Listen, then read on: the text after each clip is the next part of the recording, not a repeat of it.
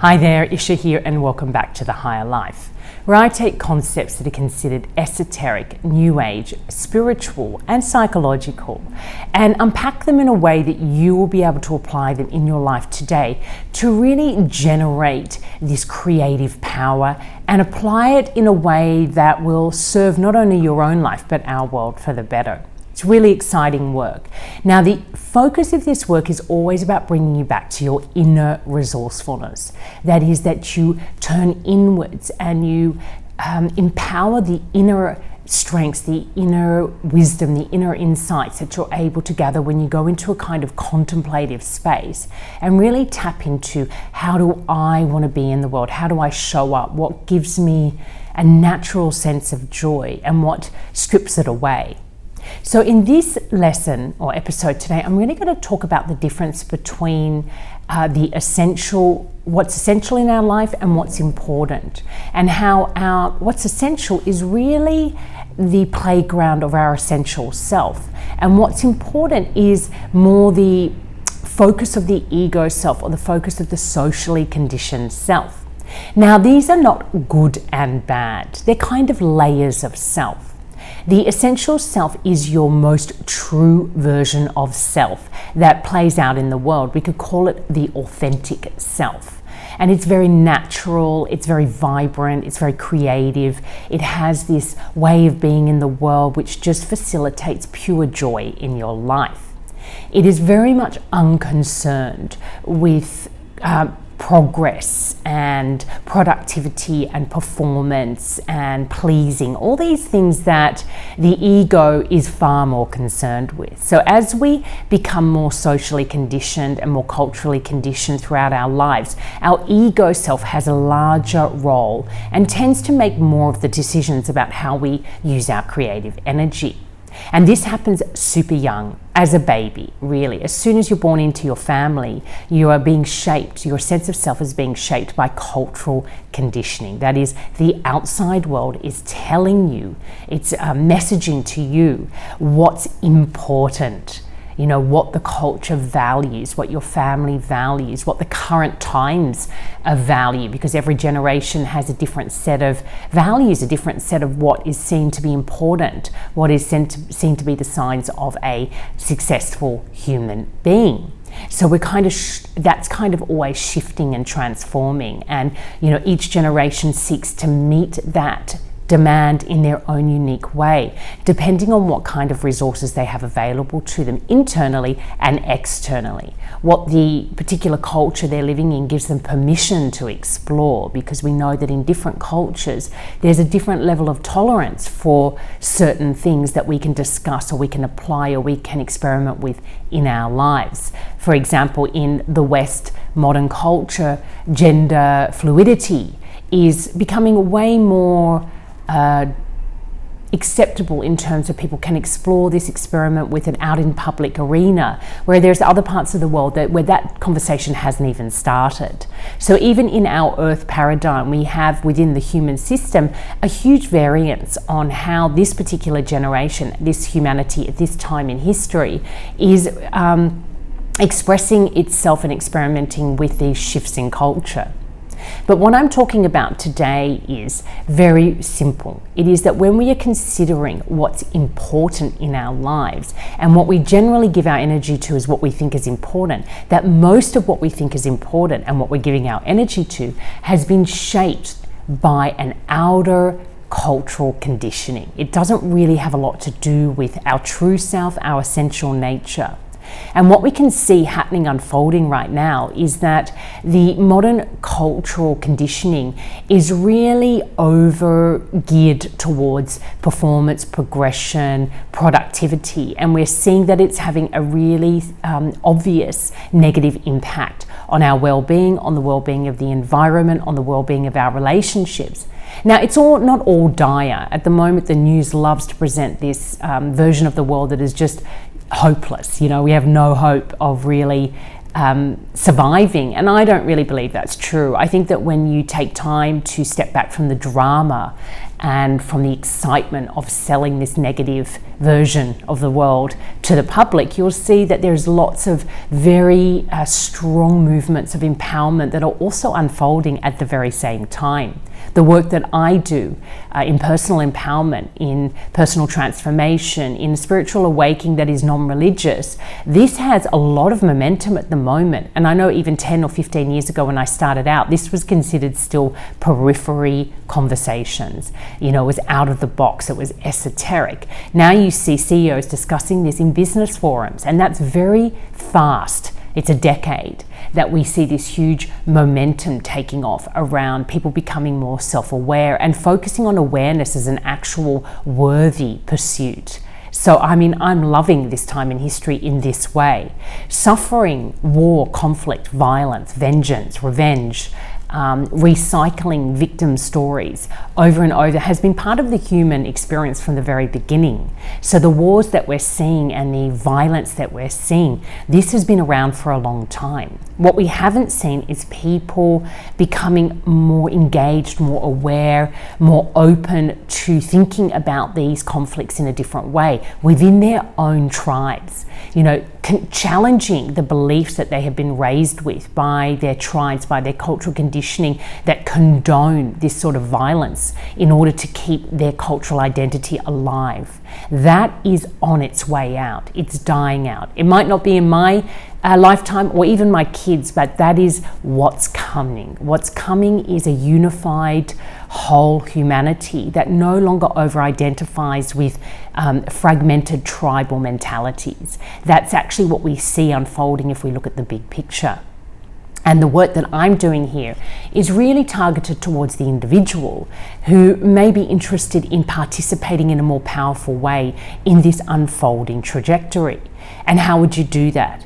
Well, it's coming back into your essential nature, the nature that is hasn't yet been conditioned by these tribal belief or cultural belief systems. So you are who you are without identifying with any kind of story about who you are. It's kind of the raw self, the unformed, unshaped, unconditioned self. It is immensely powerful, this self, but it's also at a loose end in the sense that you've only ever really known who you are. And you've only really ever known how to direct your creative energy, which can be very powerful in our physical system. It has a hunger, a thirst, a desire to go out there and play out in the world. That's always been directed by your cultural stories. So you've always been identified with the values or what's important of that culture. And that's where you've directed your energy. And sometimes you've gone against the culture and you've directed your energy in rebellion to that culture.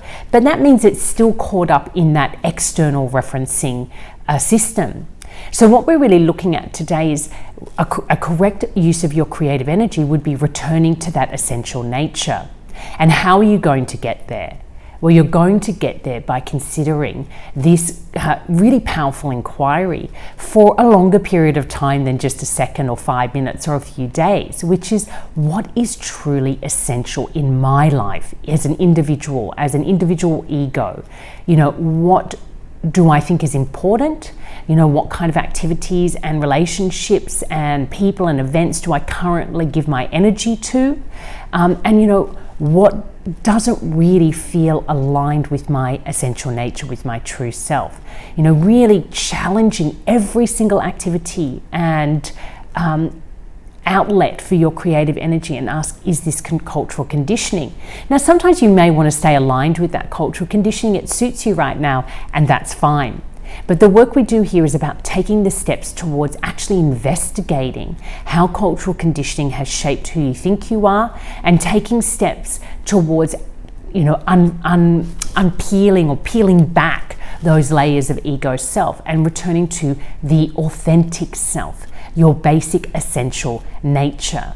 And at the Higher Life Academy, that's the journey that I take people along through the courses that I have created that are available. One for free. The first one is Choosing the Spiritually Driven Life. It's a free masterclass. It's not a sales job or a marketing job. I only create content that is in service of your empowerment always. However, that is a free masterclass so that it gives you an idea about why you would choose this path. The next step is to set yourself up for going through the process of personal transformation, because it's not something that we're familiar with. And for this, I created the Empowered Way Masterclass. It is a paid class, but it's really very low cost. And the idea there is to set you up for success, to really start that preliminary foundation education so that later you can take the next step, which is called Awaken the Genius Within, where we really go through in a very practical way, helping you identify your authentic self, your essential nature. And there's so many wonderful tools out there and other fantastic people who've done a lot of work in this area that I actually engage with and show you how to engage with, so you can just cut to the core and really identify your authentic self as effectively and as hassle-free as possible. You know, some of these teachings I've spent years working through, they can be quite esoteric and complex, but really fun if you're into this kind of work. However, my aim is really to help you move from a way of living your life where you're very enmeshed in the cultural condition, you're over-identified, yourself is over-identified with the cultural version of you that you have been conditioned into. I call it enmeshment. It makes you codependent on the outside world for your self-worth, your sense of belonging, your sense of good feeling, and we really don't want that, because the outside world isn't really feeding our soul, our essential nature in a healthy way. So we want to, break those habits and return back into the essential self. So it's actually a journey from a conditioned self to a essential, basic, true, authentic self. And then you'll really start to feel how empowered you've always been. It's just the cultural conditioning that kind of blocks you from accessing your full power in your life. So it's super exciting work. But for today's lesson, I really want to come back to the beginning of this video, which is all about how to discern between what's important and what's essential, and to really sit with exploring what's essential in my life. Now, you may do that through meditation, you may do that through just going about your daily life, but holding it as a question that you're living. I call it live the question, what's essential in my life, and let life show you.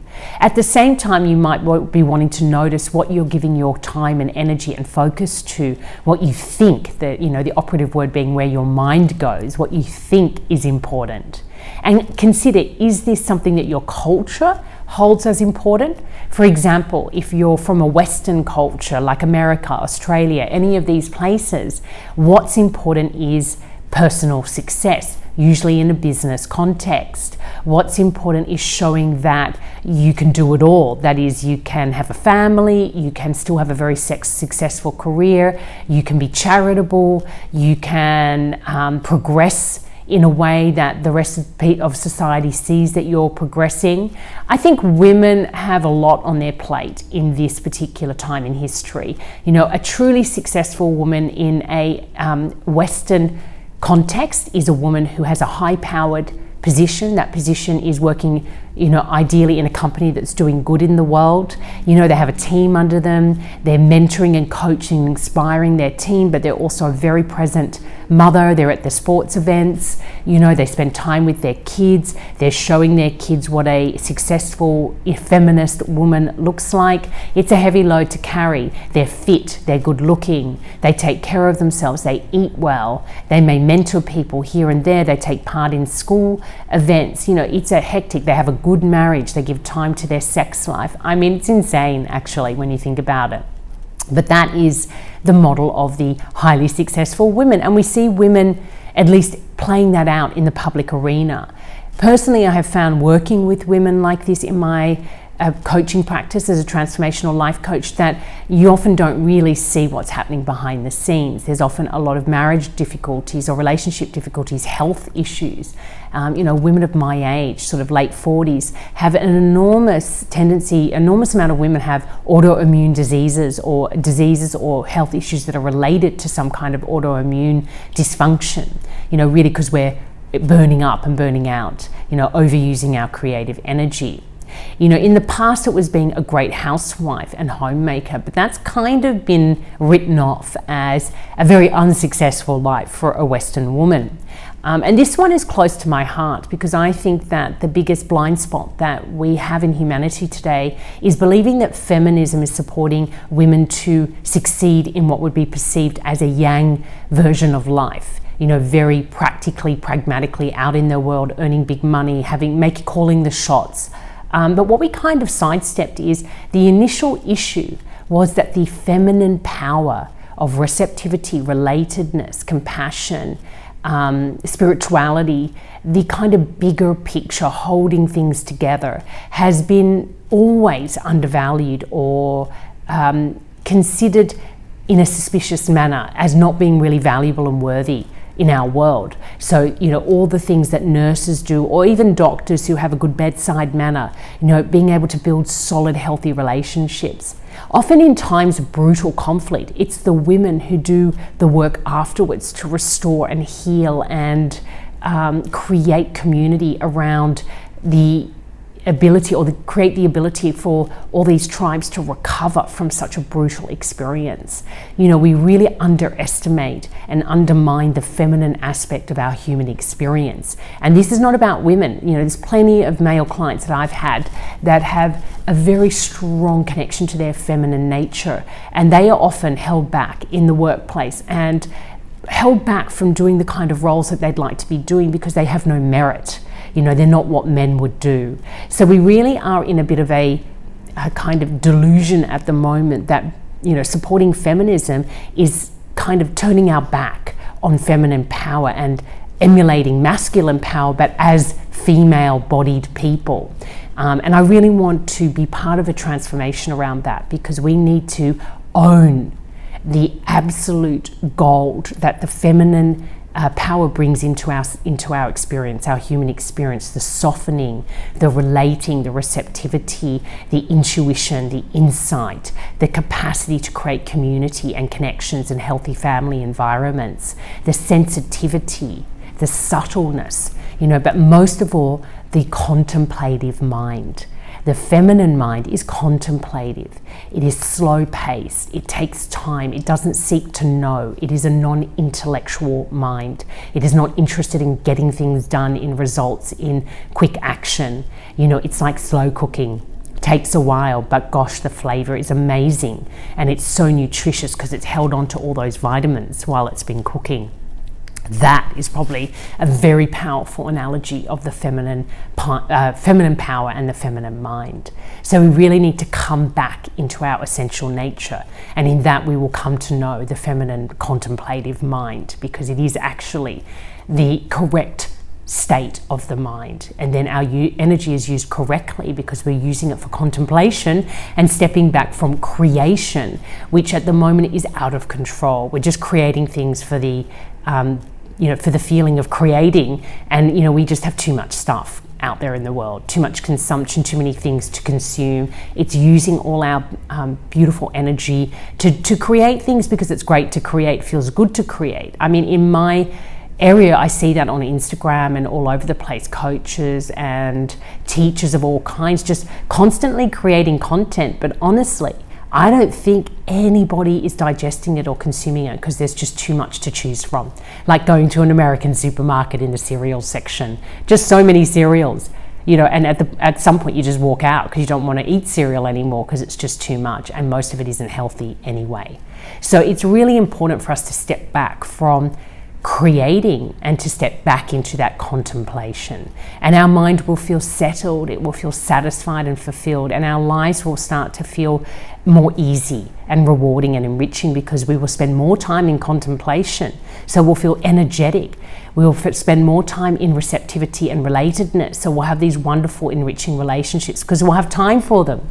We'll feel good in ourselves because our bodies will feel good because we spend way more time resting and relaxing and eating and taking in good healthy materials and insights and information, and not binging on really shit content out there just because it's not in service of anything other than somebody wanting to create content. And I sound a bit harsh there, but I think it's really important that we get a little harsh with ourselves on this one. Really consider all those things that you're taking in, are they truly in service of your essential nature? Are they essential to your life? Or are they just feeding that aspect that is really codependent and enmeshed with what's important, what your cultural conditioning is feeding to you? And it's almost like force feeding these days, like making, force feeding the geese for pate. It's just horrendous how much information we're taking in. We can't handle it. So I hope this lesson has been helpful today to give you some clarity around what's happening at the moment in humanity, that we're moving from enmeshment and codependency to empowerment and illumination. And you can do this in your personal life by sitting down and contemplating the inquiry, what's truly essential. This will take you directly to your essential self, and in the process help you peel back all those layers of conditioning and conditioned self. And in the end, you'll just naturally stop feeding your energy into what you think is important and redirect it into what's essential. So until next time, take care and love life.